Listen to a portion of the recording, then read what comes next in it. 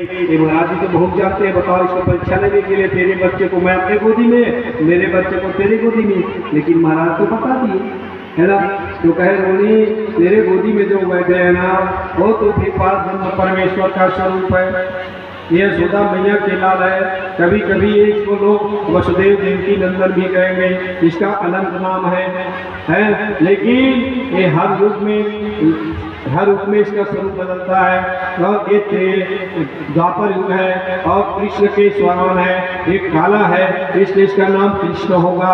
इस प्रकार भगवान भी कृष्ण का नाम रखा गया। कहीं इसका भविष्य अच्छा है यशोदा, लेकिन इसका एक रेखा गड़बड़ है। किस कौन से रेखा महाराज? जैसे पार्वती नारद जी के चरण में डाली स्नान और राजा हिमांकर से महाराज ये बता मोर बेटी के भाग्य बता के, तो नारद जी सब अच्छा बताए, लेकिन एक रेखा गड़बड़ है राजन की। कौन सी रेखा? विवाह रेखा। जोगी जटिल रेखा नमन अंगर भेष अस स्वामी आका मिले अरे हस्त असदेख, एक हाथ की रेखा। और इसमें भगवान कृष्णला गर्गाचार्य जी महाराज के एक विवाह रेखा गड़बड़ है, यशोदा की रेखा गड़बड़ है महाराज के। ये अनेक पत्नी के पति बनेंगे, यशोदा मैया की कोई बात नहीं है अनेक 2000 बनी महाराज, नहीं ये तो लिखे कि 16,108 पटना रानी के पति बनने वाला है, कोई बात नहीं है।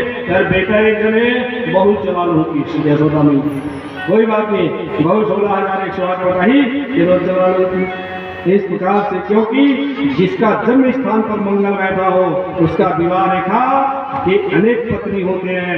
2 पत्नी होंगे तो वो बीचा टकन है ना, एक भारी होते थे तो दुए को समान ही इसे जय कर और एक मारे एक जन हमें देखकर मारे तो कर रात नींद पर दिन चैन खाँच खा है और 2 जन एक बार जोर है ना साहेब घर पूछा वो साहेब 2 जन कही रहे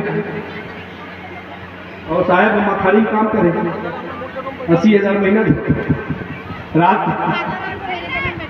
के समय 12 बजे ना